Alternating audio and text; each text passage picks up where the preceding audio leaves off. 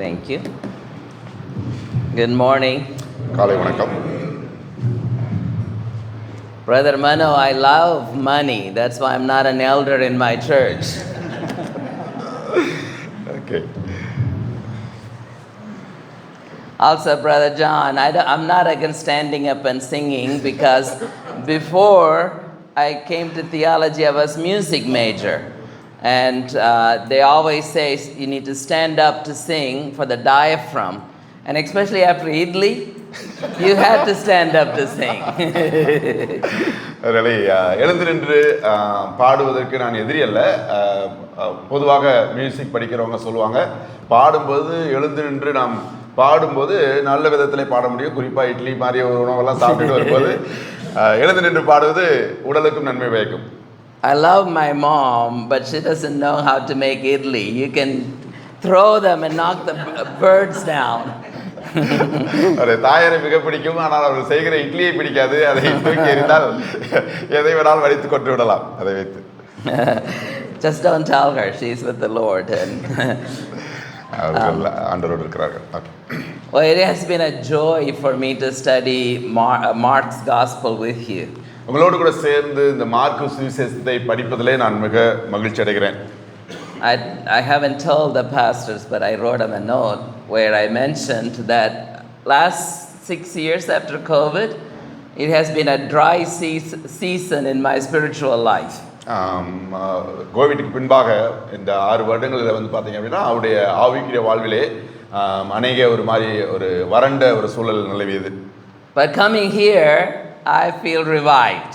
நான் இங்கே வந்த நிமித்தமாக நான் உயிர்மீச்சு அடைந்ததாக உணர்கிறேன். So I am grateful that for the 3 brothers that organized and other people that are all contributed in music, video recording, Clement did all the arrangements, and Stephen, my personal chauffeur.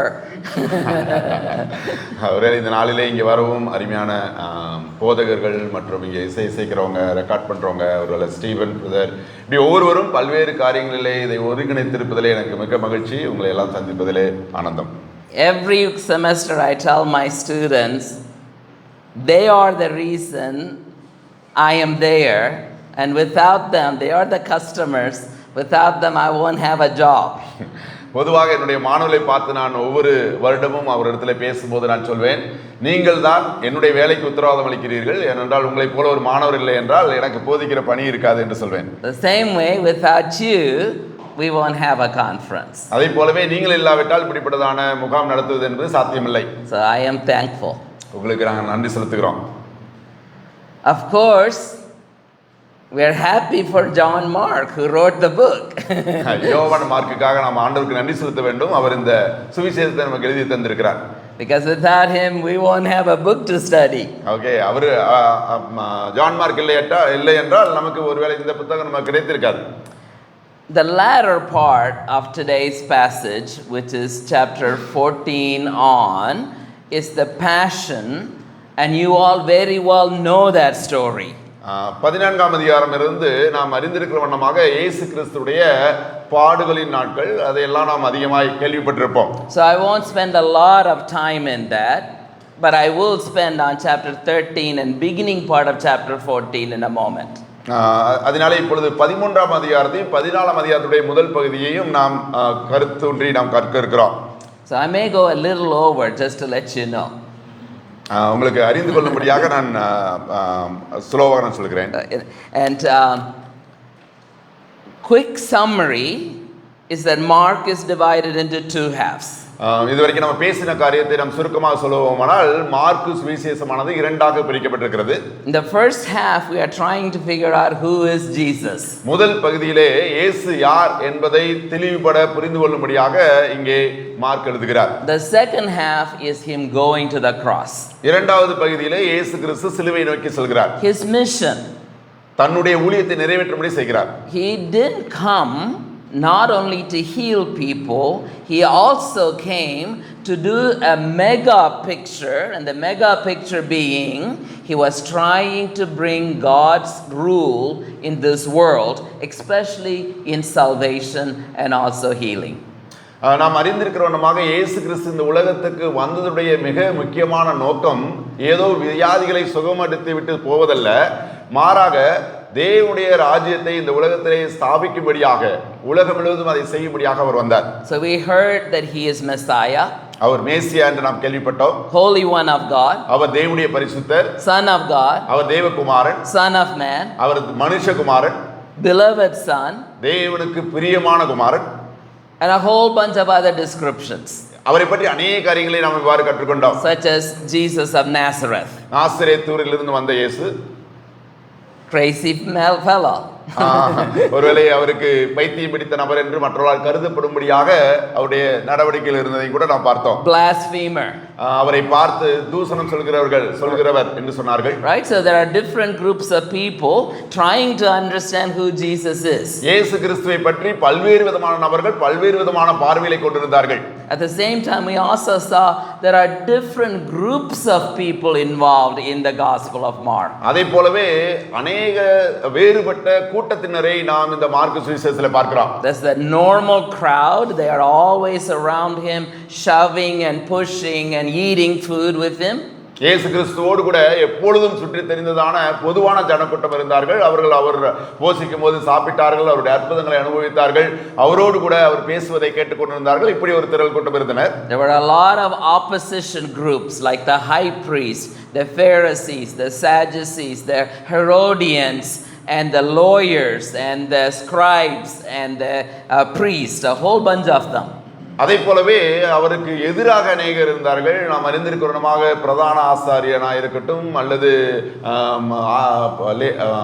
அங்கிருந்ததான பரிசேயர்கள், வேத பாரகர்கள், சதுசேயர்கள், ஏரோதியர்கள், இப்படியான பல்வேறு கூட்டத்தினர் அவருக்கு எதிராக செயல்பட்டார்கள். There was a special group of people that were trying to see if Jesus is the new prophet.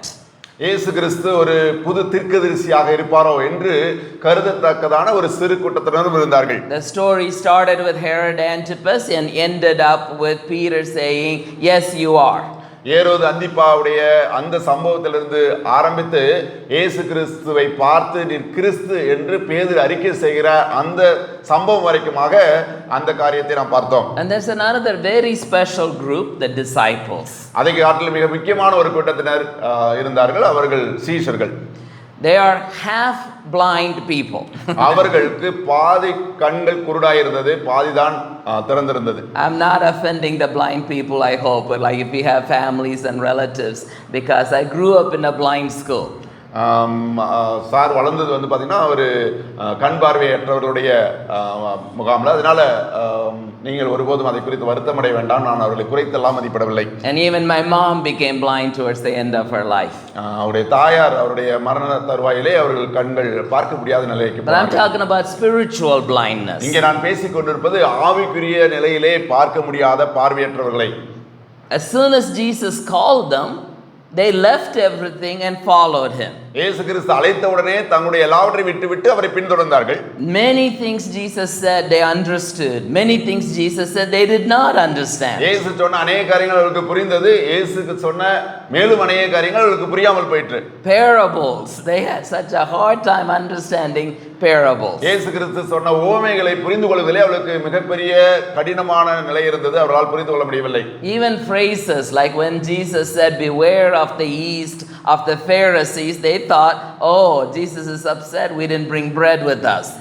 பரிசேயருடைய புளித்தமாவை குறித்து எச்சரிக்கையாயிருங்கள் என்று இயேசு பரிசேயர்களுடைய உபதேசத்தை குறித்து சொல்லும்போது அவரால் புரிந்து கொள்ள முடியவில்லை. எங்கே நாம் அப்பத்தை கொண்டு வராததினாலே இவர் நம்மேல் கோபத்தோடு கூட வர சொல்கிறார் என்று எண்ணிக்கொண்டார்கள். On the one hand they had great faith, on the other hand they lacked faith. ஒரு பக்கம் பார்த்தீங்கன்னா அவங்களுக்கு ஆண்டவர் மேலே மிகப்பெரிய விசுவாசம் இருந்தது, இன்னொரு புறம் பார்ப்பவர்களானால் ஒரு சில நேரங்களிலே அவர் மேல் விசுவாசம் இல்லாமல் இருந்தார்கள். But Jesus kept spending time with them because after his time away, they are the ones who are going to run the show, or they are the ones that's going to spread God's kingdom. ஆனாலும் கூட இயேசு கிறிஸ்து தொடர்ந்து அவர்களோடு கூட நேரம் செலவழித்துக் கொண்டிருந்தார். ஏனென்றால் அவருடைய மரணம், உயிர்த்தெழுதல், பரமேறுதலுக்கு பின்பு அவர் செய்த பணியை அவர்கள்தான் தொடர இருக்கிறார்கள். Today I want to talk about the latter part, and one of the toughest parts, which we usually think of as future time. அநேக நேரங்களிலே நாம் எதிர்காலத்தை குறிக்கிறதாக கருதுகிற மிக கடினமாக புரிந்து கொள்வது கடினமாக இருக்கிற ஒரு வேத பகுதியை தான் நாம் இந்த காலையிலே பார்க்க இருக்கிறோம். I need to introduce a couple of stories, a couple of principles. ஒரு சில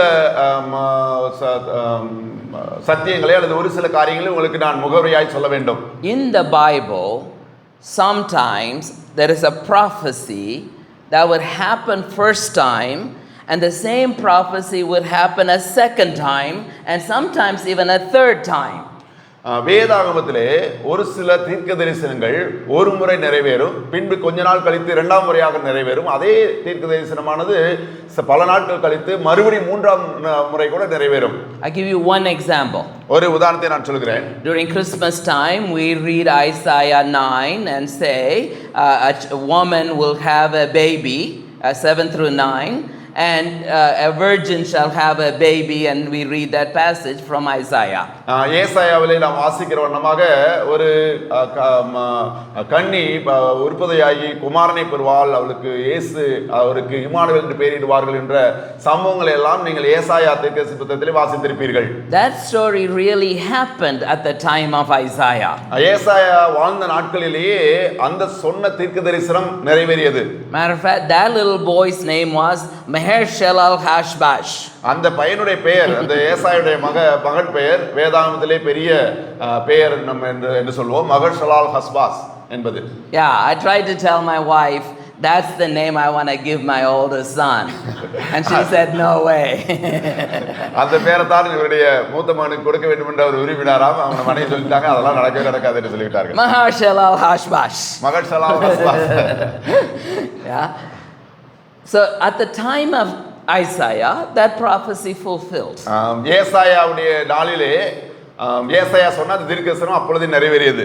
But then at that time it wasn't like a virgin birth. She was a young girl at that time, and by the time the prophecy fulfilled, she already gave birth to a child. ஒரு கன்னியானவள் குழந்தை உற்பத்தி கன்னியிடத்திலே ஒரு நபர் பிறப்பார் என்று சொல்லும்போது ஏசாயா தீர்க்கதரிசனம் சொன்ன அந்த காலத்திலே அது ஒரு கன்னி பெண்ணை குறிக்காது, மாறாக அன்றைக்கு குழந்தை இல்லாதிருந்த ஒரு இளம் பெண்ணை குறிக்கும். But then many years later, about 700 years later, Jesus is born of a virgin, and Matthew tells us this is just like the prophecy from Isaiah's time. ஏசாயா சொன்ன தீர்க்கதரிசனத்தின்படியே இயேசு கிறிஸ்து பிறந்தபோது அங்கே மத்தேயு எழுதுகிறார், ஏசாயா தீர்க்கதரிசனம் உரைக்கப்பட்டபடியே கன்னி மரியாள் இடத்திலே இயேசு கிறிஸ்து பிறந்தார் என்று ஏசாயா சொன்னதான தீர்க்கதரிசனத்தை சுட்டி காண்பித்து சொல்கிறார். So it's one time fulfilled in Isaiah's time, and another time in the time of Jesus. ஏசாயா சொன்ன தீர்க்கதரிசனமானது அவருடைய நாளிலேயே ஒரு தடவை நிறைவேறியது, பின்பு 700 வருடங்கள் கழித்து இயேசு கிறிஸ்து பிறந்தபோது அதே தீர்க்கதரிசனம் நிறைவேறுகிறது. Psalm 2 is another example. சங்கீதம் 2 வந்து பாத்தீங்கன்னா இன்னொரு உதாரணம் இதுக்கு. When God says, "Kiss my son," pay homage to him, he is talking about the Davidic king at that time. அந்த நாளிலே சங்கீதம் 2 சொல்லுகிறது, அவர் குமாரன் உங்கள் மேல் கோபம் கொண்டிராதபடிக்கு அவருடைய பாதங்களை முத்தம் செய்யுங்கள் என்று சொல்லப்பட்டிருக்கிறது. அந்த நாட்களிலே அது ராஜாவை குறிப்பதாக தாவீது நாட்களிலே இருந்தது. The same thing is fulfilled in the Son Jesus Christ. இயேசு கிறிஸ்துவிலும் அது நிறைவேறுகிறது. Right? So you see that sometimes biblical prophecies will have 2 or more fulfillment. They call them double, triple fulfillment. வேதாகம தீர்க்கதரிசனங்கள் இவ்விதமாக ஒரு சில நேரங்களிலே 2 முறை 3 முறை கூட நிறைவேறும். We're going to see in a moment a prophecy with 3 fulfillments. இப்பொழுது நாம் பார்க்க போகிற தீர்க்கதரிசனங்கள் திரும்பவும் நிறைவேறின தீர்க்கதரிசனங்கள் அல்லது நிறைவேற போகிற தீர்க்கதரிசனங்கள் என்று சொல்லலாம். But before we get there, I want to talk about one more important concept. இதை சொல்வதற்கு முன்பாக இன்னொரு முக்கியமான ஒரு கருத்தை உங்களுக்கு நான் சொல்லட்டும். The Israel people had some important holy things. 3 of them we already talked about. We talked about the circumcision, Sabbath, and kosher food. இஸ்ரவேல் ஜனங்கள் தங்களுக்கென்று தனித்துவமாக ஒரு சில காரியங்களை வைத்திருந்தார்கள். ஒன்று வந்து பார்த்தீங்கன்னா அவருடைய ஆண் பிள்ளைகளுக்கு விருத்த சேதனம் செய்வது, இரண்டாவது சுத்தமான உணவுகளை உண்பது, மூன்றாவது ஓய்வு நாளை அனுசரிப்பது. I wasn't paying attention. So but besides these three things, there was one even much holier, and that's the temple of God. இந்த மூன்றையும் தவிர்த்து இன்னும் மிக முக்கியமான காரியமாய் அவருடைய வாழ்வில் இருப்பது என்னவென்றால் தேவனுடைய ஆலயம். But yet we saw yesterday they made it, instead of a house of prayer, they made it into a marketplace. நேற்று நாம் பார்த்த வண்ணமாக அவர்கள் தேவனுடைய ஆலயத்தை, ஜெப ஆலயத்தை அவர்கள் கல்லர் குகையாக்கினார்கள் என்று நாம் பேசினோம். That's because they had a compound like this around the temple area, and the compound they thought they can do whatever they want, but in the temple itself they need to be very holy. அவர்கள் என்ன நினைத்தார்கள் என்றால், தேவாலயத்தை சுற்றி இருக்கிறதான அந்த compound பகுதியில் எப்படி வேணாலும் நாம் வைத்துக் கொள்ளலாம், அது ஒன்றும் பிரச்சனை இல்லை, ஆனால் ஆலயத்தை மாத்திரம் சுத்தமாக வைத்துக் கொண்டால் போதும் என்கிறதான மனநிலையில் இருந்தார்கள். For example, Gentiles cannot go inside the temple court at all. அன்றைக்கு இருந்த புரஜாதிகள் ஒருபோதும் தேவாலயத்துக்குள்ளாக வந்து ஆண்டவரை ஆராதிக்க முடியாது. Ladies can go a little further. பெண்கள், ஒருவேளை யூத பெண்கள், அவர்கள் தேவாலயத்துக்கு கொஞ்சம் அருகாமையில் வரலாம். And then men can go even a little further. அங்க இருக்கிற ஆண்கள் இன்னும் கொஞ்சம் உள்ளாக அவர்கள் வர முடியும். Only the priests can go all the way close. லேவியர்கள் அல்லது ஆசாரியர்கள் மாத்திரமே இன்னும் கொஞ்சம் முன்பாக அல்லது ஆண்டவருடைய சமூகத்துக்கு நெருக்கமாய் செல்ல முடியும். Only the high priest, and that also only one day a year, can go to the holy of holies, the most central part of the temple. பிரதான ஆசாரியர் என்று சொல்லப்படுகிற நபர் மாத்திரம்தான் அன்றைக்கு இருந்த பரிசுத்த மகா பரிசுத்த ஸ்தலம் என்று சொல்லப்படுகிற தேவனுடைய சமூகத்துக்கு போக முடியும். அதுவும் வருடத்தில் ஒரு தடவை தான் போக முடியும். அது பாவ நிவாரண நாள் அன்றைக்கு மாத்திரமே அவன் உள்ளே போக முடியும். In some way it's very hard for us to understand because we have so many churches everywhere. நமக்கு வந்து பாத்தீங்கன்னா நிறைய சபைகள் எல்லா இடங்களிலும் இருக்கிறது. அதனால இந்த காரியங்களை புரிந்து கொள்வது நமக்கு கொஞ்சம் கடினமா இருக்கிறது. Some have beautiful building like cathedrals, and some have just halls like the one we see, and we go to a YMCA for our church. ஒரு சில நேரங்களில் வந்து பாத்தீங்கன்னா பெரிய பேராலயமாக அவர்கள் எழுப்பி இருப்பார்கள். ஒரு சில இடங்களில் மிக சிற்றாலயமாக இருக்கும். ஒரு சில இடங்களிலே ஒரு ஹால் மாதிரி இருக்கும், அங்கே ஆராதனை நடக்கும். But God very clearly said you cannot worship him anywhere except in Jerusalem.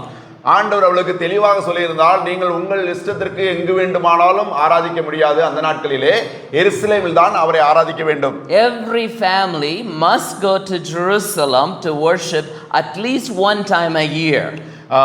Israel குடும்பத்தை சேர்ந்த ஒவ்வொருவரும் வருடத்துக்கு ஒரு முறையாவது அவர்கள் எருசலேம் தேவாலயத்துக்கு சென்று ஆராதனை செய்ய வேண்டும். It's a little bit like going to Mecca for the Hajj. ஒருவேளை இன்றைக்கு முகமதியர்கள் சொல்கிறார்கள் அல்லவா, வாழ்நாளில் ஒரு முறையாவது மெக்கா மெதினாவுக்கு போக வேண்டும் என்று சொல்லி, அதை போல ஒரு காரியம். The same way the Israelites, the most holy place is the temple.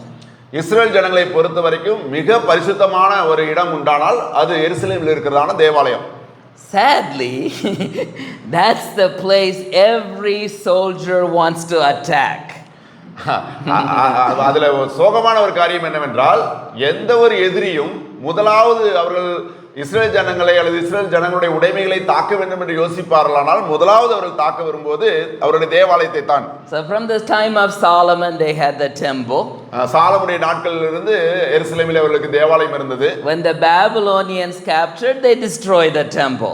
பாபிலோனியர்கள் அவர்களை சிறைபிடித்த போது அவர்கள் செய்த காரியத்திலே மிக முக்கியமான ஒன்று தேவாலயத்தை முற்றிலுமாக இடித்து போட்டது. But then the Persians let them come back and rebuild the temple. பெர்சியர்கள் அவருடைய காலத்திலே, கோரேசுடைய நாட்களிலே அவன் மறுபடியும் அந்த தேவாலயத்தை கட்டும்படியான அனுமதி கொடுத்தான்.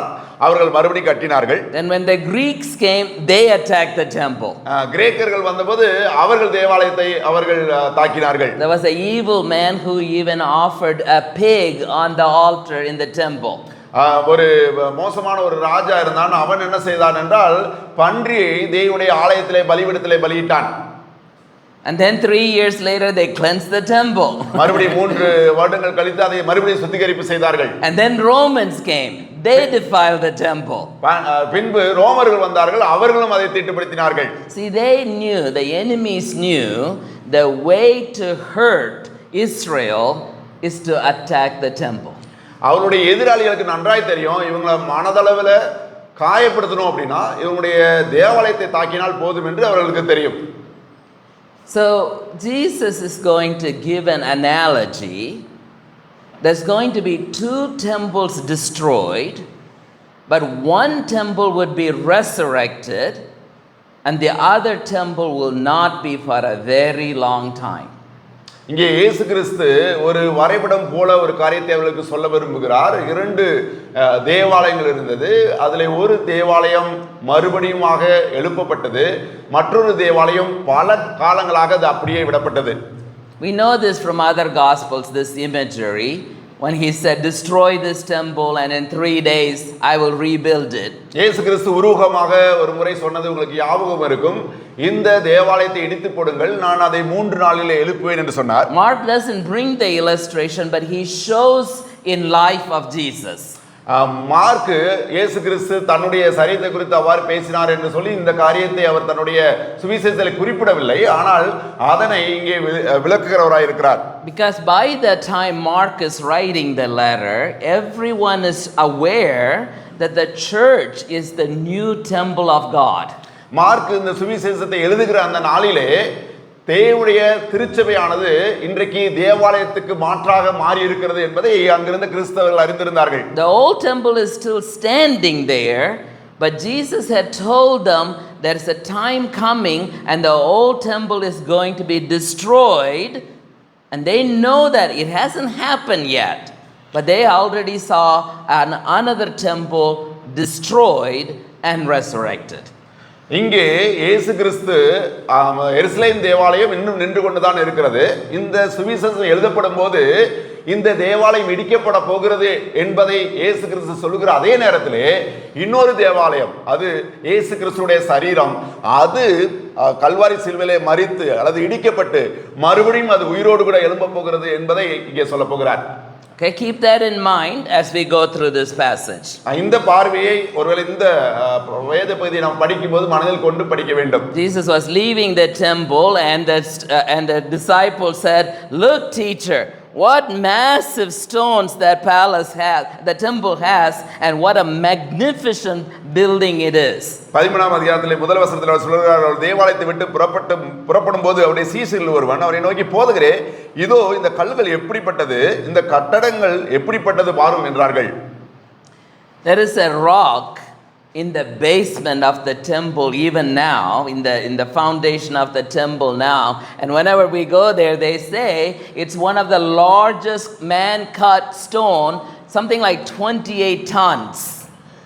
ஏற்கனவே 28 டன் எடையுள்ள ஒரு பாறை அஸ்திவாரமாக அல்லது ஒரு பெரிய கல் அஸ்திவாரமாக போடப்பட்டு எருசலேம் தேவாலயமானது எழுப்பப்பட்டிருந்தது. இப்பொழுது நாம் போய் பார்த்தாலும் கூட அந்த பாறையினுடைய அடையாளங்கள் இருக்கும், ஜனங்கள் அதை சொல்வார்கள். Once again Jesus has the gift of encouragement. மறுபடியும் கூட இயேசு கிறிஸ்து உற்சாகப்படுத்துகிற தன்னுடைய ஆவியோடு கூட அதை சொல்கிறார். He says, see all that beautiful building, not even a single stone will be left unturned. சீசர்கள் பாருங்க இந்த கல்லெல்லாம் எப்படி இருக்கு, கட்டடம்லாம் எப்படி இருக்கு என்று பெருமையாக பரவசமாய் சொல்கிறார்கள். ஆனால் இயேசு கிறிஸ்து என்ன சொல்கிறார்கள் பாருங்கள். இயேசு அவனுக்கு பிரதியுத்தரமாக, இந்த பெரிய கட்டடங்களை காண்கிறாயே, ஒரு கல்லின் மேல் ஒரு கல் இராதபடிக்கு எல்லாம் இடிக்கப்பட்டு போகும் என்று சொல்கிறார். That's not a good news to hear. யாராச்சும் ஒருத்தவங்க இப்படி சொன்னா எவ்வளவு வேதனையாக இருக்கும். Because Solomon's building was destroyed once and they rebuilt it, and then Herod made it a lot bigger and very beautiful. They don't want to lose that building. ஏற்கனவே சாலமன் கட்டின தேவாலயமானது இடிக்கப்பட்டு போயிட்டு பின்பு செருபாருடைய காலத்தில் கட்டப்பட்டது. தென் ஏரோது வந்து பார்த்தீங்கன்னா மிக அருமையாக அதை புதுப்பித்து வைத்திருக்கிறான். பார்ப்பதற்கு மிக அழகாக இருக்கிற தேவாலயம். ஆனால் இயேசு சொல்கிறார், ஒரு கல்லின் மேல் ஒரு கல் இராதபடிக்கு அது இடிக்கப்பட்டு போகும். கேட்பதற்கு மிக கடினமானது, வேதனை நிறைந்தது. That would be like a long time ago people saying nobody can destroy the Pentagon, and then a plane crashes into it. நமக்கு தெரியும், அமெரிக்க ஐக்கிய தேசத்திலே பென்டகான் வந்து யாருமே தாக்க முடியாது என்று எண்ணிக்கொண்டிருந்தார்கள். அதையும் ஒரு நாள் தாக்கப்பட்டது. Right? The same way, disciples think this is magnificent, and Jesus says it will all be gone. சீசர்கள் மிக ஆச்சரியத்தோடு எவ்வளவு மேன்மை புரிந்த ஆலயமாய் இது இருக்கிறது என்று சொல்லி அவர்கள் அதை மெச்சிக் கொண்டிருக்கிறார்கள். இயேசு கிறிஸ்துவோ முகத்தில் அடித்தார் போல இது ஒன்றுமே இல்லாமல் இடிக்கப்பட்டு போகும் என்று சொல்கிறார். So when they go to the other side and they're sitting at the Mount of Olives, the disciples are still worried about what Jesus said. அவர்கள் தேவாலயத்திலிருந்து எதிரான ஒரு ஒலிவுமலைக்கு போய்விட்டார்கள். ஆனாலும் கூட இயேசு கிறிஸ்து சொன்ன காரியம் இன்னும் அவங்களுடைய மனது வலிக்கிறது. அவர்கள் அதை பற்றியே பேசிக் கொண்டிருக்கிறார்கள். So Andrew joins the three gangs, Peter, John and James. பேதுரு, யாக்கோபு, யோவான், அந்திரேயா இந்த 4 பேரும் கூடி உட்கார்ந்து பேசுகிறார்கள். They are privately asking him two important questions. அந்த 4 பேர் வந்து இயேசு கிறிஸ்துட்ட வந்து ரொம்ப முக்கியமான 2 கேள்வியை கேட்கிறார்கள். When will this happen? இவைகள் எப்போது நடக்கும்? And what will be the sign of this fulfilling? இவையெல்லாம் நிறைவேறதுக்கான அடையாளம் என்ன? அதை எங்களுக்கு சொல்ல வேண்டும். Yeah, what's the sign? என்ன சம்பவிக்கும்? அதுக்கு என்ன அடையாளம்? Right. What is அடையாளம்? Signs. Okay. What are the signs? நிறைவேறு காலத்துக்கான அடையாளங்கள் என்ன? Right? When will it happen and what are the signs? எப்பொழுது சம்பவிக்கும்? இவைகள் நிறைவேறும் கான அடையாளங்கள் என்ன? Right? If we have a sign that says Kentucky Fried Chicken, we get excited. ஒருவேளை KFC போர்டு இருந்துச்சுன்னா நம்ம பார்த்த உடனே நமக்கு பரவசமாகி விடும். Yeah, especially when we are driving and we are hungry and we see that sign, we get very excited. பசியோடு கூட ஏதாவது ஒரு ரெஸ்டாரண்ட் கிடைக்காதா என்று போய் கொண்டிருக்கும் போது உங்களுக்கு பிடித்த உணவை கொடுக்கிறதான ஒரு உணவகத்தை பார்த்தால் நீங்கள் நானும் மகிழ்ச்சி அடைவோம். A and C, I think is another one, or A and B, or A to B. அடையாளம். They want to know what are the signs and when will it happen. எந்த அடையாளம் வந்து எது நடப்பதற்கு அடையாளம் என்று நமக்கு தெரியும். Jesus is going to answer the second question first, then answer the first question. எப்பொழுது சம்பவிக்கும் என்கிறதான முதல் கேள்விக்கு இயேசு கிறிஸ்து இரண்டாவதாக பதிலளிக்க போகிறார். அவர்கள் கேட்ட இரண்டாவது கேள்வி அதற்கான அடையாளம் என்ன என்று கேட்டார்கள் அல்லவா, அதற்கு முதலாவது அவர் பதில் சொல்ல போகிறார். First sign is many people will come and say, I am Jesus, I am Jesus, I am Jesus. Don't be fooled by them. ஆண்டவர் சொல்கிறார், ஒருவனும் உங்களை வஞ்சியாதபடிக்கு எச்சரிக்கையாயிருங்கள், ஏனெனில் அநேகர் வந்து என் நாமத்தை கொண்டு நானே கிறிஸ்து என்று சொல்லி அநேகரை ஏமாற்றுவார்கள், வஞ்சிப்பார்கள். For the disciples, they know what Jesus looks like. சீஷர்களை பொறுத்த வரைக்கும் இயேசு கிறிஸ்து பார்க்க எப்படி இருப்பார் என்று அவர்களுக்கு தெரியும். Because now they know who Jesus looks like, but immediately he is going to go to the cross, he's going to die and he is going to come back. They have not seen dead people come back to life except for a few examples like Lazarus.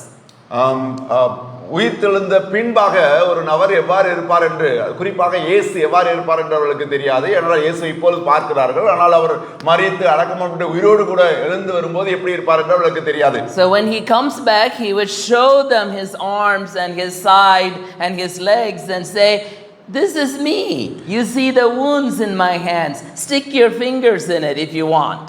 அதனால இயேசு கிறிஸ்து உயிர்த்தெழுந்த பின்பாக அவர்களிடத்தில் வந்து என்னுடைய காயங்களை தொட்டு பாருங்கள், நான் தான் என்று அவர்களுக்கு சொல்ல வேண்டியிருந்தது. So in your dreams, if ever Jesus shows up, make sure he has wounds in it.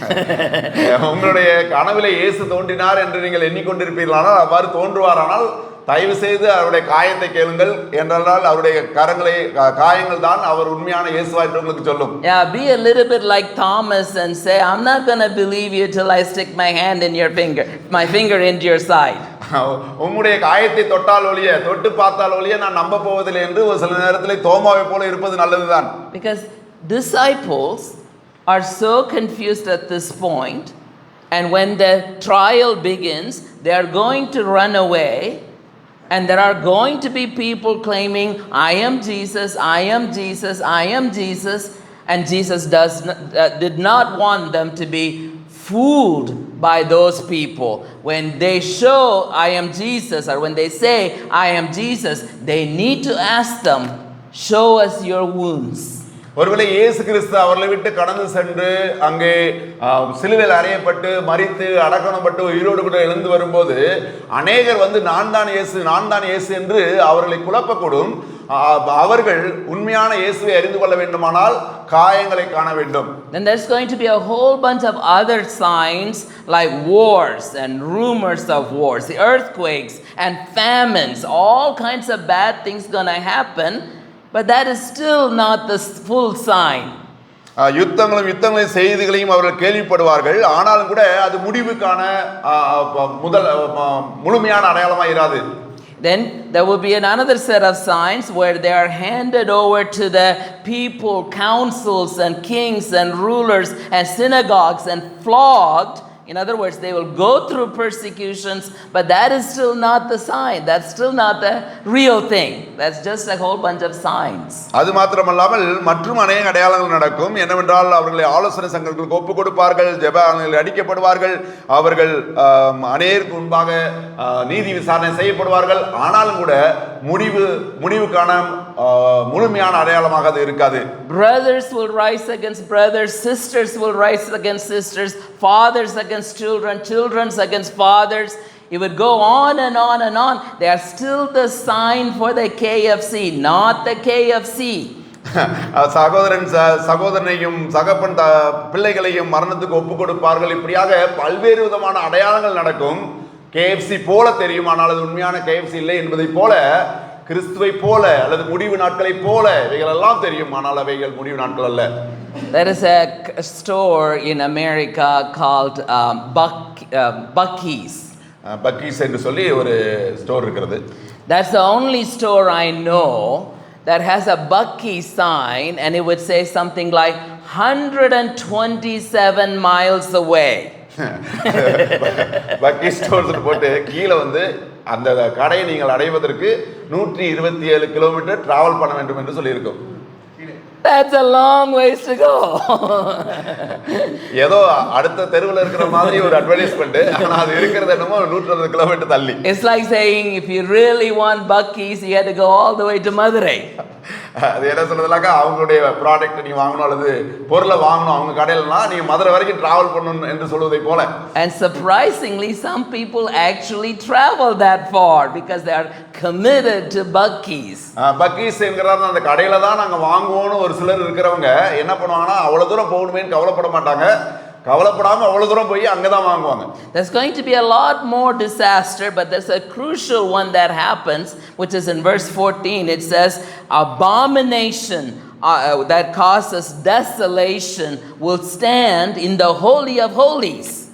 மேலும் அநேக காரியங்கள் நடக்கும். அதுல ரொம்ப முக்கியமான ஒன்று என்னென்றால் 14 வசனத்துல பாழாக்குகிற அருவருப்பை குறித்து தானியேல் தீர்க்கதரிசி சொல்லியிருக்கிறானே, அந்த காரியம் அருவருப்பு அங்கே இருக்கும். That's a code word for a Gentile ruler standing in the holy of holies, in the temple where he is not supposed to be.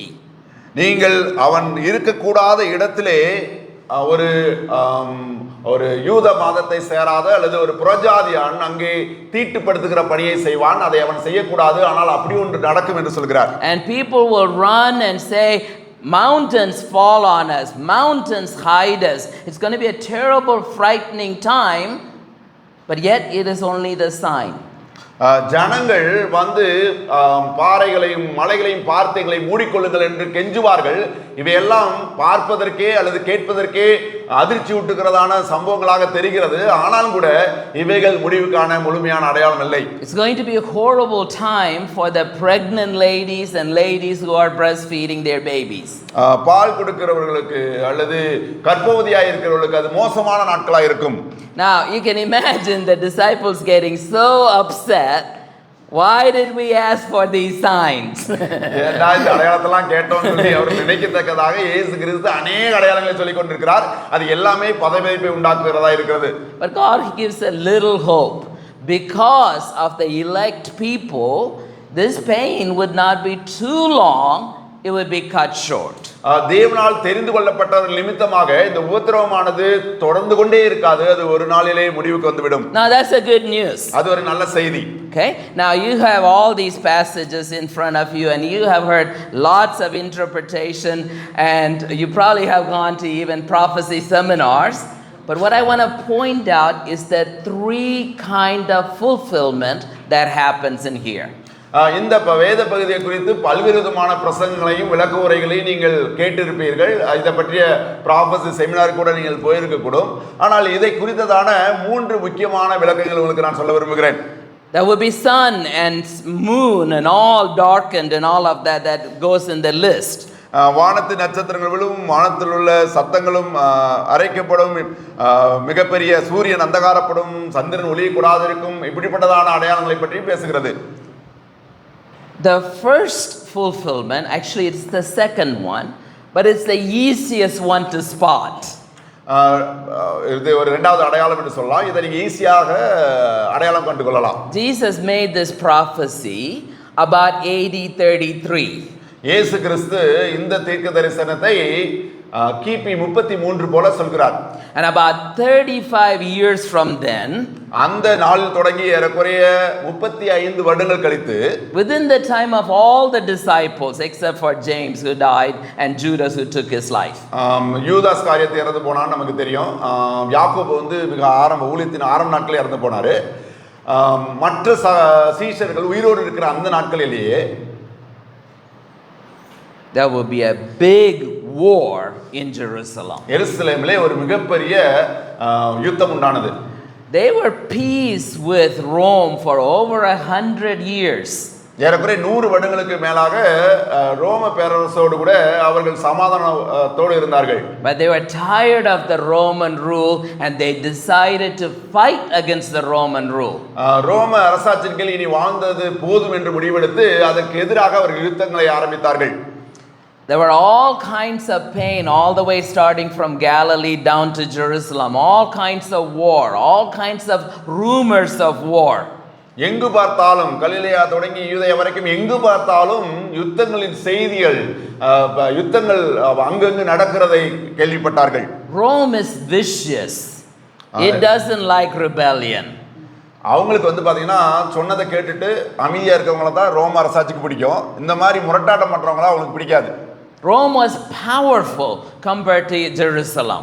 எருசலேம் ஜனங்களோடு கூட அல்லது இஸ்ரேல் ஜனங்களோடு கூட ஒப்பிடும்போது ரோம அரசாட்சியானது மிகுந்த வல்லமை நிறைந்ததா இருந்தது. It's like the Israelites are going to fight with Nammati and those guys were coming to fight with guns. இவங்க வந்து பாத்தீங்கன்னா ஒரு மண்வெட்டி எடுத்துட்டு போய் சண்டை போடுற மாதிரி, ஆனா அவங்க வந்து கன்னை வச்சுட்டு நிக்கிற மாதிரி. Who will win? யாரு இயல்பாக ஜெயிப்பார்கள்? Rome won. ரோமர்கள் தான் ஜெயிப்பார்கள். அப்படிதான் நடந்தது. They killed thousands, probably even millions of people all the way from Galilee down to Jerusalem. கலிலேயா தொடங்கி எருசலேம் வரைக்கும் உள்ள ஜனக்கூட்டத்தினர் ஆயிரக்கணக்கானவர் கொல்லப்பட்டார்கள். ஏனென்றால் அவர்களாலே ரோம அரசாட்சியை எதிர்த்து போரிட முடியவில்லை. People were running into mountains trying to hide and the Romans were chasing them. அவர்கள் மலைகளுக்குள்ளாய் போய் ஒளிந்து கொண்டு எப்படியாவது தங்களை காப்பாற்றிக் கொள்ளலாம் என்று நினைத்தார்கள். ஆனாலும் இவர்கள் விடுவதா இல்லை. தேடி கண்டுபிடித்து அவர்களை கொலை செய்தார்கள். There was a mountain called Gamla. கேம்லா என்ற ஒரு மலை இருக்கிறது. 5,000 Jewish people, men, women and children, ran up the mount because that mount had a valley around it. So they knew if the army came from around them, they can throw rocks at them and stop the Roman army. அவர்கள் என்ன நினைத்தார்கள் என்றால் அந்த மலைக்கு உள்புறமாக அவர்கள் தங்கிக் கொள்ளுவதாக ஒரு பள்ளத்தாக்கு இருந்தது. அதில் வசதியாக இருந்து கொண்டு கீழிருந்து வருகிறதான ரோம சேவகர்களை தங்களிடத்தில் இருக்கிறதான கல்களை எறிந்து அவர்களை விரட்டி விட்டு நாம் நம்மை தப்பித்துக் கொள்ளலாம் என்று எண்ணி ஆயிரக்கணக்கான ஆண்களும் பெண்களுமாக அந்த மலையில போய் தங்களை பாதுகாப்புக்காக போய் தங்கினார்கள். Gamla means camel's hump. அதை எப்படி சொல்லுவாங்கன்னாக்க ஒரு ஒட்டகத்தினுடைய முதுகு தண்டு இருக்குங்களே, அப்படி மேடு மாதிரி அதை போல இருக்கும். That's how Gamla was. அப்படித்தான் அந்த ஒரு மலை இருந்தது. Rome is smart. அது வந்து பாத்தீங்கன்னா ரோமர்கள் வந்து ரொம்ப புத்திசாலிங்க. They built a whole ramp all the way to Gamla. கேம்லா என்கிறான அந்த மலைக்கு மேல் போகிற அந்த பாதையை அவர்கள் செப்பனிட்டு அது போகும்படியாக பாதை அமைத்தார்கள். They took 3 years to do it. They are not in any hurry. அவர்கள் பொறுமையாக அதை செய்தார்கள். 3 வருடம் எடுத்து அந்த மலைக்கு செல்கிற வழியை ஏற்படுத்தினார்கள். But they were going to get those 5,000 Israelites on top of Gamla. அங்க காம்லாவிலே ஒளிந்து கொண்டிருக்கிற அந்த 5000 இஸ்ரேல் ஜனங்களை எப்படியாவது பிடித்து அழிக்கதான் வேண்டும் என்று சொல்லி அவர்கள் முடிவு செய்து ஏறக்குறைய 3 வருடங்கள் அவ்வாறு செய்தார்கள். By the time they got up there, all the Israelites knew they would be killed, but they didn't want to be killed by Romans, so they tossed the children first to their death, tossed their wives and girls next, then they jumped off and all 5,000 died because they didn't want to be killed by the Romans. ஒரு வழியாக ரோமர்கள் தங்களை பிடித்து விடுவார்கள், நாம் செத்து போவோம் என்ற புரிதல் அவர்களுக்கு வந்தபோது அவர்களுடைய கையினால் நாம் சாக வேண்டாம் என்று சொல்லி அவர்கள் மேலே மலையிலிருந்து தங்களுடைய சிறு குழந்தைகளை முதலாவது தூக்கி போட்டு கொலை செய்தார்கள். பின்பு பெண்களை தூக்கி எறிந்தார்கள். பின்பு தாங்களும் குதித்து அவர்கள் தற்கொலை செய்து மாண்டு போனார்கள். That's how bad this time was. அந்த நாட்களிலே இந்த காரியங்கள் இவ்வளவு கொடுமையாக நடந்தது. One time Rome decided to crucify Israel all the way, the Israelites all the way from Jerusalem to Caesarea, pretty much like from here to Chennai. Jerusalem வந்து செசரியா வரை, நம்ம வார்த்தை சொல்லணும்னா இங்க இருந்து சென்னைக்கு வரைக்கும் உள்ள தூரத்துல வரிசையாக எல்லா இஸ்ரேல் ஜனங்களையும் சிலுவையில் அறையும்படியாக ரோமர்கள் செய்தார்கள். They did it so much there was not a single tree left in the forest. அவங்க அப்படி பண்ணதுனால போற அந்த வழியில வந்து பாத்தீங்கன்னா, ஏன்னா எல்லாத்தையும் சிலுவையில் அறையறதுக்கு மரம் வேணும், அதனால அங்க இருக்கிற மரங்கள் எல்லாம் ஒன்றுமே இல்லாமல் போய்விட்டது. ஏனால் சிலுவையில் அறைவதற்காக அந்த மரங்கள் எல்லாம் வெட்ட வேண்டி இருந்தது. Worse still, அதே காட்டிலும் மோசம் என்னன்னா, Titus went into the holy of holy and desecrated the holy place. அங்கே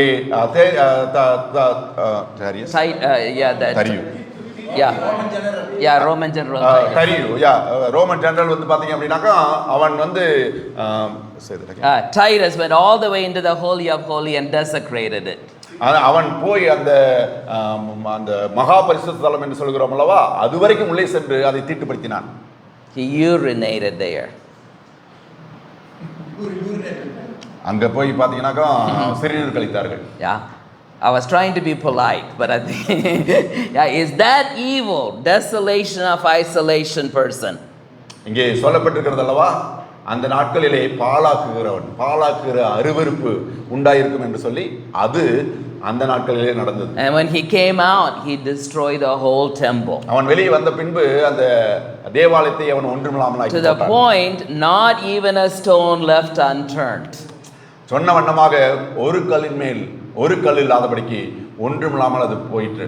2000 years later, if you go there even now, you can only find the foundation. இன்றைக்கு நீங்கள் 2000 வருடங்கள் கழித்து கூட அந்த இடத்துக்கு போனீர்களானால் எந்த ஒரு கட்டிடம் இருந்ததற்கான அடையாளம் இருக்காது, மாறாக அந்த அஸ்திவார கல்லை தான் நீங்கள் பார்க்க முடியும். On the southern side there's a couple of rocks laying around. தெற்கு பக்கம் பார்த்தீங்கன்னா ஒரு சில கற்பாறைகள் இருக்கிறது, அவ்வளவுதான். Right? So this is one of those fulfillments, but this is actually the second fulfillment. இப்போ நான் சொன்னது வந்து பார்த்தீங்கன்னா இரண்டாவதாக இந்த தீர்க்கதரிசனனுடைய இரண்டாவது நிறைவேறுதல். But there's the first fulfillment. அதுக்கு முன்பாக ஒரு இந்த தீர்க்கதரிசனம் நிறைவேறுகிறது. That's what Jesus is also talking about. அதை தான் இயேசு கிறிஸ்து கூட பேசிக் கொண்டிருந்தார். Within 3 or 4 days there's going to be no sun for a couple of hours, no moon, no stars. There's going to be all kinds of riot and the temple would be destroyed. இயேசு கிறிஸ்து அதை தான் சொன்னார். இன்னும் இந்த சம்பவத்துக்கு 3-4 நாட்களுக்கு பின்பாக என்ன நடக்கும் அப்படின்னா, சூரியன் அந்தகாரப்படும், சரியா, இருள் உண்டாகும், பெரிய பூமி எதிர்ச்சி உண்டாகும். ஏன்னா இயேசு கிறிஸ்து சிலுவையில் தொங்கின போது அது நடந்தது உங்களுக்கு ஞாபகம் இருக்கும் என்று நினைக்கிறேன். இயேசு கிறிஸ்துவாகிய தேவாலயம் இடிக்கப்படும். Remember 3 times he said, I will go to Jerusalem, they will destroy me, and 3 days later I will come back to life. உங்களுக்கு தெரியும், இயேசு கிறிஸ்து ஏற்கனவே 3 முறை அதை திரும்ப அவர்களுக்கு சொன்னார். எருசலேமுக்கு நான் போவேன், அவர் என்னை கொலை செய்வார்கள், அல்லது தேவாலயமாகிய அவர் இடிக்கப்பட போகிறார், ஆண்டவர் அவரை 3ஆம் நாள் உயிரோடு எழுப்புவார் என்று பேசினார். We know this, the disciples understood this because you have people like Paul talking about the church being the new temple, the Corinthians being the new temple, and we have people like John talking about Jesus was talking about his body, destroy it and in 3 days I will rebuild. இயேசு கிறிஸ்து தன்னுடைய சரீரத்தை குறித்து என்னை இடித்து போடுங்கள் அல்லது தேவாலயத்தை எடுத்து போடுங்கள் என்று சொல்லி தன்னை தேவாலயமாக உருவகப்படுத்தினார் என்று அன்றைக்கு இருந்த கிறிஸ்தவர்களுக்கு தெரியும். அதை முன்னிறுத்தி தான் இங்கே மார்க் சொல்கிறார், முதலாவது இந்த தீர்க்கதரிசனம் கிறிஸ்துவிலே நிறைவேறியது. Look at what he says in verse 30. 30வது வசனத்தை I பாருங்கள். will tell you the truth. This generation will not pass away until all these things have happened. பாருங்க 30வது வசனத்தில் என்ன சொல்லியிருக்குன்னு சொல்லி, இவைகள் எல்லாம் சம்பவிக்கும் முன்பே இந்த சந்ததி ஒளிந்து போகாது என்று மெய்யாகவே உங்களுக்கு சொல்லி. அப்படின்னா என்னன்னா, நீங்களாம் உயிரோடு இருக்கும் போதே, இங்க இருக்கிற சந்ததியெல்லாம் உயிரோடு இருக்கும் போதே இது நடக்கும், நீங்க பாப்பீங்க என்று சொல்கிறார். Right? So we shouldn't take this and only look at what's going to happen in the future. We should see how Jesus, matter of fact, he goes on and says, heaven and earth will pass away, but not my words. அடுத்த வசனமே சொல்லுகிறது, வானம் பூமி ஒளிந்து போகும், என் வார்த்தையை ஒளிந்து போவதில்லை என்று சொல்லுகிறது. அப்படி என்றால் நாம் இந்த பகுதியை ஏதோ எதிர்காலத்தில் நிறைவேறப் போகிற தீர்க்கதரிசனம் என்று மாத்திரம் பார்த்து விடக்கூடாது. ஏற்கனவே நிறைவேறி முடிந்த தீர்க்கதரிசனம் இது. Think about James. யாக்கோபை எண்ணி பாருங்கள். He is one of the 4 people that are hearing this.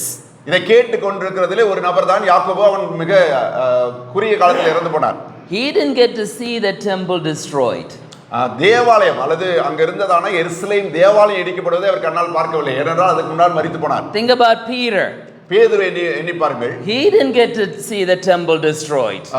தேவாலயம் அதாவது 70 AD வந்து தேவாலயம் இடிக்கப்பட்டுச்சு. அது இடிக்கப்படுறதுக்கு முன்னாடியே யாரு? பேதுரும் இறந்து போனார். So 2 out of 4 disciples having this conversation will only get to see the destruction of the first temple, not the destruction of the second temple.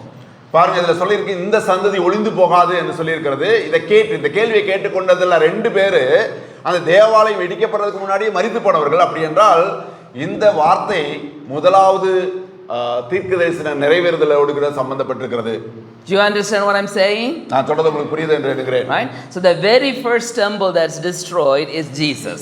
முதலாவது இடிக்கப்பட்ட தேவாலயம் இயேசு கிறிஸ்துவாகவே இருக்கிறார். The second temple that is destroyed is the one destroyed in AD 70. இரண்டாவது இடிக்கப்பட்டது வந்து பாத்தீங்கன்னா 70 AD-ல அதாவது கிபி 70களில் இடிக்கப்பட்டதான எருசலேம் தேவாலயம். But then there's a third fulfillment. மூன்றாவதான இதே தீர்க்கதரிசன நிறைவேறுதல். John, under the inspiration of the Holy Spirit, had talked about it in all the book of Revelation. இந்த மூன்றாவது நிறைவேறுதலை குறித்து அப்போஸ்தலனாகிய யோவான் பத்ம தீவில் இருந்தபோது வெளிப்படுத்தின விசேஷத்திலே அதை எழுதுகிறார். Once again, either the church, the temple, would be destroyed, or a third temple will be built in Jerusalem and that will be destroyed. அவரை பொறுத்த வரைக்கும் அவர் என்ன சொல்கிறார் என்றால், இன்றைக்கு ஆண்டவர் கட்டி கொண்டிருக்கிற திருச்சபையாகிய தேவாலயம் இடிக்கப்படும், அல்லது பின்பாக கட்டப்போகிற மூன்றாவது முறையாக கட்டி எழுப்பப்பட போகிற எருசலேம் தேவாலயம் இடிக்கப்படும்.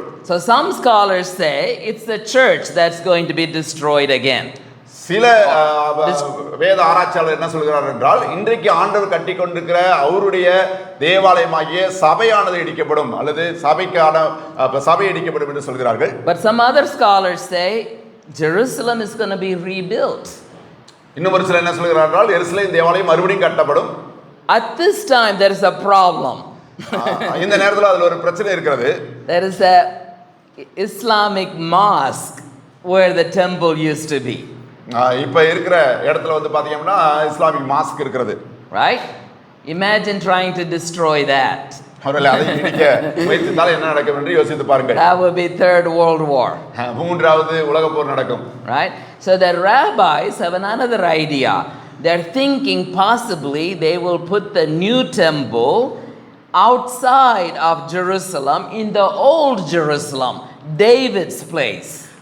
பழைய எருசலேம் என்று அழைக்கப்படுகிறதான தாவீதின் இடத்திலே அவர்கள் தேவாலயத்தை கட்டலாம் என்று யோசிக்கிறார்கள். They're even thinking, I had a friend who is a rabbi and he was saying they're even thinking they will build a big platform on top of the Islamic place and make it hang over, on the old temple place, hang it over the Kidron Valley, and then they will put the temple on top of it.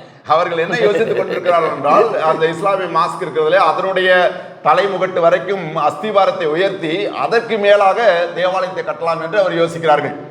That would cause a lot of problem too. அது கூட நிறைய பிரச்சனை உண்டு பண்ணும். So they're being careful, but that is possible if the Lord waits and waits and waits and comes another 2,000 years later, there is a possibility there will be another temple. ஒருவேளை ஆண்டவர் வருவதற்கு இன்னொரு 2000 வருடங்கள் ஆனால் மறுபடியும் ஒரு தேவாலயம் கட்டப்படுவதற்கான வாய்ப்புகள் சூழல் உருவாகலாம். And that too will be destroyed. அதுவும் கூட மூன்றாவது தேவாலயம் இடிக்கப்படும் இந்த தீர்க்கதரிசனத்தின்படி. I know all of you are very curious. When will all this happen? முதல் கேள்விக்கு பதில் சொல்லுங்களேன் என்று நீங்கள் கேட்பது எனக்கு தெரிகிறது. எப்பொழுது இதெல்லாம் நடக்கும்? I have the same answer Jesus has. இயேசு சொன்ன அதே பதில் என்னிடத்தில் இருக்கிறது. About the day and the hour, no one knows. அந்த நாளையும் அந்த நாளையையும் பிதா ஒருவர் தவிர மற்றொருவரும் அறியான். Right? Amen. Amen. I had a crazy grandpa. அவருக்கு ஒரு அவருடைய தாத்தா இருந்தாரு. You all think he's a holy man, but I know him as a crazy man. அவர் பரிசுத்தவானாக உங்களுக்கு தெரியலாம், ஆனால் என்னை பொறுத்த வரைக்கும் அவர் கொஞ்சம் வில்லங்கமான ஆளு. One of the brothers said he used to read my grandpa's journal called Vargayin Thudan. அவருடைய கிராண்ட்பா வருகையின் தூதன் என்ற ஜர்னல் எழுதினவர். ஸோ அதை வாசிக்கிற பழக்கம் உண்டு என்று சொன்னார்கள். He is my real grandpa, my father's father, Devadasan. Okay. Yeah, I'm Devadasan's grandson, although he won't acknowledge it. அவரே வருகையின் தூதன் என்ற மிக பிரபலமான பத்திரிகை எழுதினவர் பார்த்தீங்கன்னா அவருடைய பாட்டா, அவருடைய அப்பா. The reason I call him crazy is he prophesied the world would end in 1980. அவருடைய பத்திரிகையில என்ன எழுதுறாருன்னா இந்த உலகத்துக்கான முடிவு 1980 வந்துடும் என்று சொல்லியிருந்தார். I was very mad because I would be only 15 years old. Now you know my age, and I didn't want the world to be done with before I married and tried what sex is like. அவர் 15 வயசா இருந்தபோது 15 வயசு ஆகும் அவர் சொன்ன கணக்குப்படி பார்த்தா இவருக்கு அதுல விருப்பம் இல்லை. அப்ப இயேசு வந்தாருன்னா எங்க கல்யாணம் முடிக்கிறது ஜாலியா இருக்குது என்று எண்ணினார். So I hated him even then, but that's all humor. He was a good thought. I lived to 101 years old and died. Okay, அவர் ஒரு நல்ல மனிதர் தான். நான் விளையாட்டாக அதை சொல்கிறேன். Right? No one knows. ஒருவருக்கும் தெரியாது. Matter of fact, Jesus says only God knows. Only ஆண்டவருக்கு மாத்திரம் தான் அது தெரியும். Not even the Son knows. குமாரன் கூட அதை அறிய மாட்டார். Right? Now, Jesus knows when he is going to die. இயேசுக்கு தெரியும் அவர் மரிக்கும்போது. He told them, we are going down to Jerusalem and I'm going to be handed over and I'm going to be killed. இயேசு கிறிஸ்து என்ன நடக்கும் என்று அறிந்திருந்தபடினாலே சீடர்கள் சொன்னார் நாம் எருசலேமுக்கு போகிறோம், அங்கே அவர்கள் என்னை பிடித்து அவர்கள் கொலை செய்வார்கள். But he, as a human Jesus, as a human son, he doesn't know the exact time and the hour. ஒரு மனுஷகுமாரனாக அது மனித உருவில் இருந்த அவருக்கு எந்த நேரத்திலே அது நடக்கும் என்று எக்ஸாக்ட்டாக சொல்ல முடியாது. As a son, as an incarnate son. அதாவது தெய்வத்துவத்தை காண்பிக்காமல் மனிதத்துவத்திலே தன்னை வெளிப்படுத்திக் கொண்டிருந்த அந்த ஆண்டவர். Same way, from that perspective, the time he is talking, he doesn't know when the temple would be destroyed. அதை போலவே ஒரு மனிதனாக அவரை நாம் பார்க்கும்போது அங்கே எப்பொழுது அந்த தேவாலயம் இடிக்கப்படும் என்று அவருக்கு தெரியாது. He doesn't also know when the future coming will be. மறுபடியும் இரண்டாவது முறையாக இவைகள் எல்லாம் எப்பொழுது சம்பவிக்கும் என்பதும் அவருக்கு தெரியாது. As the son, he doesn't know. ஒரு குமாரனாக அவருக்கு தெரியாது. Yes, in other words, as the incarnate son, he doesn't know. ஒரு மாம்சத்தில் வெளிப்பட்ட குமாரனாக அவருக்கு தெரியாது. As a divine person, he does know. ஆனால் தெய்வீக குமாரனாக அவருக்கு தெரியும். But right now he is talking as a human. இப்பொழுது மாம்சத்தில் வெளிப்பட்ட ஒரு நபராக பேசுகிறார். But he has a caution. Although he doesn't know the time, that doesn't mean we can all relax. அந்த நேரம் நமக்கு தெரியாது என்பதினாலே நாம் ஏனோ தானோ என்று இருந்து விடலாம் என்று எண்ணிவிடக் கூடாது என்பதை குறித்து எச்சரிக்கை கொடுக்கிறார். Verse 33 starts by saying be on guard, be alert, and verse 37 finishes by saying watch. அக்காலத்தை நீங்கள் அறியாதபடியால் 33 வசனத்தில் எச்சரிக்கையாயிருங்கள், விழித்திருந்து ஜெபம் பண்ணுங்கள், எச்சரிக்கையாயிருங்கள் என்று சொல்கிறார். 35 வசனத்துல நீங்களும் விழித்திருங்கள் என்று சொல்கிறார். Verse 35 says, keep watch, keep watch. நீங்களும் விழித்திருங்கள், விழிப்போடு கூட இருங்கள். Now this is important because in a couple of hours, in a couple of days, Jesus would repeat the same words to the disciples. He would say, stay watch and pray so that you may not enter into temptation. And they don't stay awake and watch. சில நாட்கள் கழித்து இயேசு கிறிஸ்து Gethsemane தோட்டத்திலே இதே வார்த்தையை தன்னுடைய சீஷர்களுக்கு சொன்னார். நீங்கள் சோதனைக்கு உட்படாதபடிக்கு விழித்திருந்து ஜெபம் பண்ணுங்கள், வேலை வருகிறதா இருக்கிறது என்று சொன்னார். And he had already told them temple is going to be destroyed. Once again the people are not listening to him and the temple was destroyed. நமக்கு தெரியும் அவருடைய சரீரமாகிய தேவாலயம் இடிக்கப்படுவதை குறித்தும் விழிப்பாயிருங்கள் என்று சொன்னார். அதேபோல எருசலேம் தேவாலயம் இடிக்கப்படும் என்பதை குறித்தும் விழிப்பாயிருங்கள் என்பதை அவர்களுக்கு சொன்னார். The same is true for us. We don't really know, unlike my grandpa, we don't really know when the last days are going to be. கடைசி நாட்கள் எது என்று ஆண்டவருடைய அந்த முடிவுக்கான நாள் எது என்று நமக்கு தெளிவாய் தெரியாது. We don't even know when our last breath will be. நாம் எப்பொழுது கடைசியாக நாம் ஜீவனை விடுவோம், எந்த நாள் நம்முடைய நாள் என்று நமக்கு தெரியாது. Recently, in the last 10 years, 2 of my friends died. கடந்த 10 வருடங்களிலே அவருக்கு பிடித்தமான 2 நண்பர்கள் மரித்து போனார்கள். They both had the laptops on their laps. அவர்கள் மரிக்கும்போது அவருடைய லேப்டாப் வந்து அவருடைய மடியில் தான் இருந்தது. One man had sermon preparation and Bible on his laptop screen. ஒருத்தர் வந்து பார்த்தீங்கன்னா அந்த வாரத்துக்கான செய்தியை ஆயத்தம் பண்ணி கொண்டிருந்தார். அதனால அவருடைய மடியில் வந்து பார்த்தீங்கன்னா மடிக்கணினி மாத்திரமல்ல வேதாகமும் இருந்தது திறந்த நிலையிலே. And the other man had a site that he should not be watching, a pornography. எதை பார்க்க கூடாதோ அதை பார்த்து கொண்டிருந்தவராக, ஒரு அசிங்கமான படங்களை பார்த்து கொண்டிருந்தவராக அவர் லேப்டாப் திறந்திருந்தது, அவர் மரித்திருந்தார். Neither one of them knew they were going to be dead before they closed their laptops. அந்த 2 பேரிலே ஒருவருக்கு கூட தாங்கள் இந்த லேப்டாப்பை மூடுறதுக்கு முன்னாடி நாம் மரித்து போவோம், நம் கண்களை மூடுவோம் என்று அவர்கள் யோசித்திருக்க மாட்டார்கள். Always be on watch. அதனாலே எப்பொழுதும் விழிப்பாயிருங்கள். There's a verse somewhere in the scripture that says, is it all worth it for a one moment of pleasure? Maybe it's an outside the Bible. I don't know. All pleasures, for one moment of pleasures, is it all worth it? நாம் நம்முடைய சந்தோஷங்கள் எல்லாம் மேன்மையானது, கிறிஸ்துவுக்காக வாழ்வது அது போதுமானதாக இருக்கும். Right? We have so many Christian leaders. They are excellent. They are preachers for many years and bring so many people to the Lord.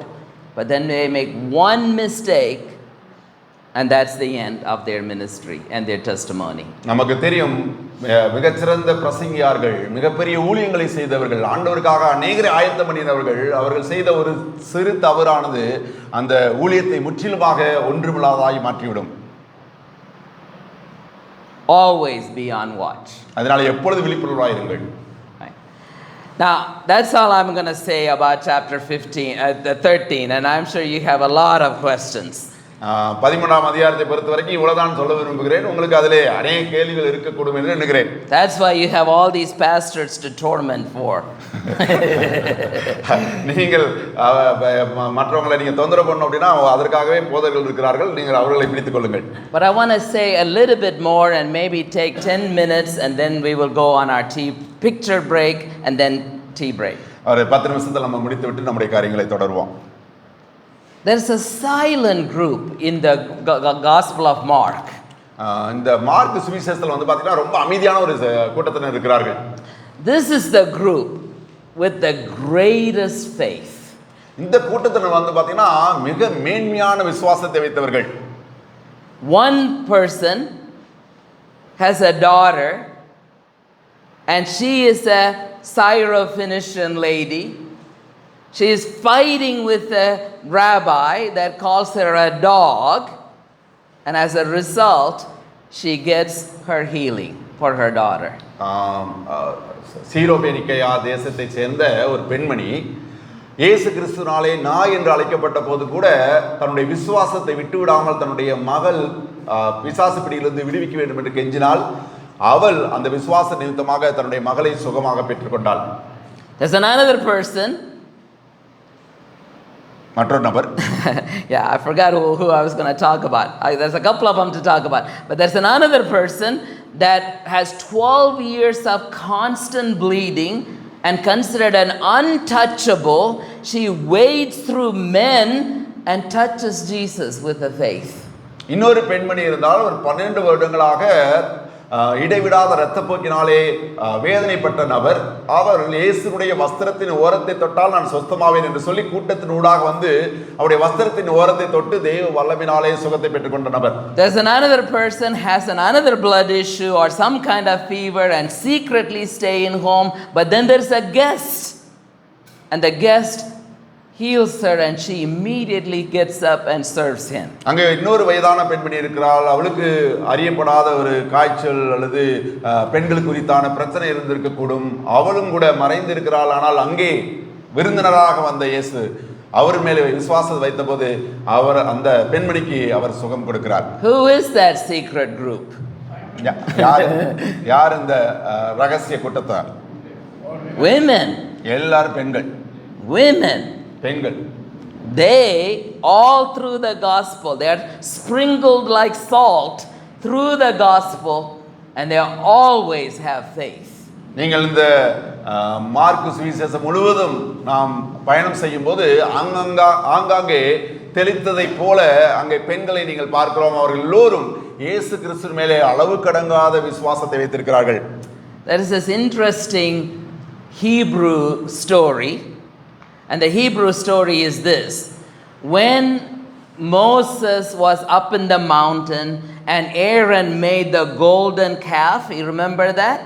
In that scene, it doesn't say anything about the ladies showing up. It's only the men in the scriptures. So the Hebrew story is the women were not part of the golden calf. எபிரேய கதை இவ்வாறு சொல்லுகிறது. நீங்கள் மோசே சீனாய் மலையிலே 10 கட்டளைகளை பெறும்படியாய் சென்றபோது ஆரோனிடம் வந்து ஜனங்கள் ஒரு தெய்வத்தை உண்டாக்கும்படியாய் கேட்டார்கள். அவன் அங்கே அவருடைய பொன்னினாலே கன்றுக்குட்டியை உண்டாக்கி அவர்களை வழிபாட்டுக்குள்ளாய் நடத்தினான். அதை குறித்து நாம் வாசிக்கிறோம். அந்த கதை என்ன சொல்லுகிறது என்றால் அங்கிருந்ததான பெண்கள் எவருமே இந்த காரியத்திலே தங்களை ஈடுபடுத்திக் கொள்ளவில்லை என்று சொல்கிறது. Hebrews always believed the women had greater faith than the men. எபிரேயர்கள் எப்பொழுதுமே இதை நம்பினார்கள். அவர்களுடைய கூட்டத்திலே எப்பொழுதும் பெண்கள் ஆண்களை காட்டிலும் அதிக விசுவாசம் உள்ளவர்களாக இருந்தார்கள். Partly because the women they were faith full of faith. உண்மையிலேயே பெண்கள் அதிக விசுவாசம் உள்ளவர்களாக தான் இருக்கிறார்கள். Sadly in our churches too, women have more faith. My wife has more faith than me. சபைகளிலும் கூட நாம் இதை வெளிப்படையாக பார்க்க முடியும். சபையில் இருக்கிறதான பெண்களுக்கு அங்க இருக்கிற ஆண்களை காட்டிலும் ஆண்டவர் மேலே அதிக விசுவாசம் உண்டு. நம்முடைய குடும்பங்களிலும் அது உண்மைதான். But we don't usually give them much credit. ஆனால் அவர்களுடைய விசுவாசத்தை நாம் அதிகமாய் மெச்சிக்கொள்வதில்லை. Hopefully the next generation would be different. அடுத்த தலைமுறையாவது அதை புரிந்து கொண்டு அவர்களை மெச்சிக்கொள்வார்கள் என்று நம்புவோம். Look at one more of those ladies. அந்த பெண்மணிகளிலே இன்னொரு அப்படிப்பட்ட விசுவாச பெண்மணியை நீங்கள் பார்க்கலாம். Jesus is in Simon the leper's house. அங்கே இயேசு கிறிஸ்து குஷ்டரோகியாய் இருந்த சீமோன் என்கிறவருடைய வீட்டிலே போஜன பந்தி இருந்தார். Is he then a leper or was he formerly a leper that God healed? இப்ப அவருக்கு குஷ்டரோகமா இல்ல குஷ்டரோகியாய் அவன் இருந்தானா? Yeah. Yeah, some scholars say he was a leper before, and Jesus healed, now he has a party. Others say Jesus still went into a present leper's house. ஒரு சில என்ன சொல்லுகிறார் என்றால் நம்முடைய வேதாந்தம் சொல்லியிருக்கிறோம் குஷ்டரோகியாய் இருந்த முன்னாடி அவன் குஷ்டரோகியா இருந்தான், இயேசு சுகமாக்குனதுக்கு அப்புறம் இந்த போஜன பந்தி வைத்திருந்தான் என்று ஒரு சிலர் சொல்கிறார்கள். ஒரு சிலர் வந்து பார்த்தீங்கன்னா அவன் குஷ்டரோகியா இருந்துகிட்டு இருக்கும் போதே அல்லது அவன் குஷ்டரோகி இப்போ அந்த குஷ்டரோகியா இருந்தவனுடைய வீட்டுக்கே இயேசு கிறிஸ்து போயிருந்தார் என்று சொல்கிறார்கள். Right, and so there are a lot of debates about that. But look at who shows up. A lady with a very expensive perfume, and she breaks it and puts it on Jesus' head. இங்கே ஒரு பெண்மணியை பார்க்கிறோம். அவள் விலையேற பெற்ற நலதம் என்றும் உத்தம தைலத்தை கொண்டு வந்து அதை இயேசு கிறிஸ்துனுடைய பாதத்திலே உடைத்து அதை கொண்டு வந்து அதனுடைய அந்த வெள்ளைக்கல் பரணியை கொண்டு வந்து அதை உடைத்து அந்த தைலத்தை இயேசுனுடைய தலையின் மேலே அவர் ஊற்றுகிறார். Others are mad at her. They're upset at her because she wasted the money. But Jesus says, leave her alone. மற்றவர்கள்லாம் சொன்னாங்க, இந்த தைலத்தை ஏன் வந்து நீ வீணா செலவழிச்சிட்டேன்னு சொல்லி இயேசு சொல்கிறார், அவளை விட்டு விடுங்கள்.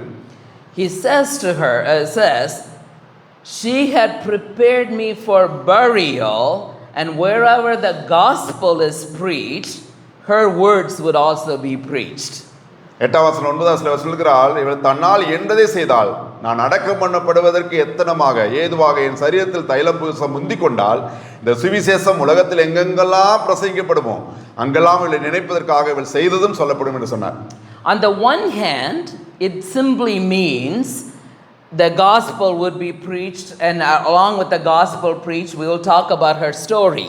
ஒரு விதத்தில் இதை சொல்லுவோமானால் சுவிசேஷம் எங்கெல்லாம் சொல்லப்படுதோ அப்பொழுது இவளுடைய கதையும் சொல்லப்படும் என்று புரிந்து கொள்ளலாம். The other hand, Mark is connecting this statement, gospel is preached throughout the world, with what he said earlier about the gospel being preached throughout the world. உலகம் முழுவதும் சுவிசேஷத்தை பிரசங்கிக்கிற காரியத்தை முன்பாக சொல்லும்போது அவர் என்ன சொல்கிறார் என்று பாருங்கள். Verse 10, 13:10. 13:10 இவ்வாறு சொல்லப்பட்டிருக்கிறது, சகல ஜாதிகளுக்கும் சுவிசேஷம் முந்தி பிரசங்கிக்கப்பட வேண்டும். Right? So he's kind of combining with what he said will happen and with what she is doing will happen. They're both are going to be simultaneously. In other words, from the day of Jesus' resurrection, the gospel would be preached, and the gospel, as long as it's being preached, the story of Jesus' burial would also be preached and his resurrection. சகல ஜாதிகளுக்கும் சுவிசேஷம் பிரசங்கிக்கப்படும் என்று சொல்லப்பட்டிருக்கிறது. அதே போல 14ஆம் அதிகாரத்திலே எங்கெல்லாம் சுவிசேஷம் சொல்லப்படுகிறதோ அப்பொழுது இவள் செய்ததும் சொல்லப்படும் என்று இயேசு சொல்கிறார். இந்த இரண்டும் சேர்த்து இயேசு கிறிஸ்து மரித்து உயிர்த்தெழுந்த அந்த நாள் தொடங்கி எங்கெல்லாம் சுவிசேஷம் பிரசங்கிக்கப்படுகிறதோ அப்பொழுது இவள் செய்த காரியமும் முன்னிறுத்தப்படுகிறது. But there's another important picture, and the picture is Jesus has been saying again and again and again that I'm going to the cross and I'm going to die. None of the disciples want to believe it. But this lady does. யோசித்து பாருங்கள், இன்னொரு காரியத்தை நாம் புரிந்து கொள்ள முடியும். இயேசு கிறிஸ்து நான் எருசலேமுக்கு போவேன், அங்கே கொலை செய்யப்படுவேன் என்று மரிப்பேன் என்றதெல்லாம் சொன்னபோது உடன் அந்த சீடர்கள் நம்பவில்லை. ஆனால் இந்த பெண்மணி இயேசு கிறிஸ்துடைய மரணத்தை நம்புகிறாள். She is actually willing to bury him before he is even dead. இயேசு மரிப்பதற்கு முன்பாகவே அவரை அடக்கம் பண்ணுவதற்கான காரியங்களை அவர் செய்து விட்டாள். She is fully ready because she knows only by his resurrection will the gospel be preached. இயேசு கிறிஸ்து உயிர்த்தெழுந்தால் மாத்திரமே அவருடைய சுவிசேஷமானது பிரசங்கிக்கப்பட முடியும். அதற்காக அவர் அடக்கம் பண்ணப்படுவதற்கு ஏதுவான காரியங்களை செய்கிறார். Right. Before he resurrects, he must be buried. அவர் உயிர்த்தெழ வேண்டுமானால் அவர் அடக்கம் பண்ணப்பட வேண்டும். அந்த அடக்கம் பண்ணப்படுவதற்கு வேண்டிய காரியத்தை அவள் செய்கிறாள். She cleanses him, prepares him for the burial so that he could be resurrected again. இயேசு மறுபடியும் உயிர்த்தெழ வேண்டும் என்பதற்காக அவர் அடக்கம் பண்ணப்படுவதற்கு ஏதுவாக அடக்கம் பண்ணுகிற நபருக்கு என்னெல்லாம் செய்வார்களோ அந்த காரியங்களை அவர் தைலத்தை பூசி அவரை அடக்கம் பண்ணுவதற்கான காரியத்தை செய்கிறார். Remember, we are making a parallel between Jesus and the temple. நாம் ஏற்கனவே சொன்னோம், இயேசு கிறிஸ்து வந்து பார்த்தீங்கன்னா ஒரு தேவாலயத்துக்கு நாம் ஒப்பிட்டு பேசினோம். The temple used, they say, liters and liters and liters of water every single day because they needed to wash off all the sacrificed blood. உங்களுக்கு தெரியும், தேவாலயத்தில் அநேக பலிகள் செலுத்தப்படும். அதனாலே பொதுவாக தேவாலயத்தை தொடர்ந்து அவர்கள் மிக அதிகமாக தண்ணீர் செலவழித்து அதை சுத்திகரித்து கொண்டே இருப்பார்கள். ஏனென்றால் அநேக ரத்தம் இருக்கும், அநேக அசுத்தங்கள் இருக்கும், அதை தொடர்ந்து சுத்தம் பண்ணி கொண்டே இருப்பார்கள். Just as the temple is cleansed, now Jesus is cleansed, preparing for his destruction and his resurrection. இயேசு கிறிஸ்துவாகிய அந்த தேவாலயமானது இடிக்கப்படும்படி அல்லது சிலுவையில் அறையப்பட்டு மரிக்கப்படும்படி அவர் மேலே சுத்திகரிக்கப்படும்படியாக இந்த பெண்மணி தன்னுடைய தைலத்தை ஊற்றுகிறாள். அவர் சுத்திகரிக்கப்பட்ட பின்பு அவர் இடிக்கப்படுவார், பின்பு அவர் உயிரோடு கூட எழும்புவார். What's the spiritual lesson? இதில் நாம் கற்றுக்கொள்கிற ஆவிக்குரிய பாடம் என்ன? Remember, we are saying we are the new temple. நாம் ஒரு புதிய ஆலயம் என்று நான் உங்களுக்கு சொன்னேன். New temple needs also to be cleansed, buried, resurrected with Christ. புதிய ஆலயமாகிய நாமும் கூட சுத்திகரிக்கப்பட வேண்டும், கிறிஸ்துவோடு மரிக்க வேண்டும், அவரோடு கூட உயிர்த்தெழ வேண்டும். Paul in Romans says, if you are baptized with Christ, you are baptized into his death, buried with him, resurrected to the newness of life.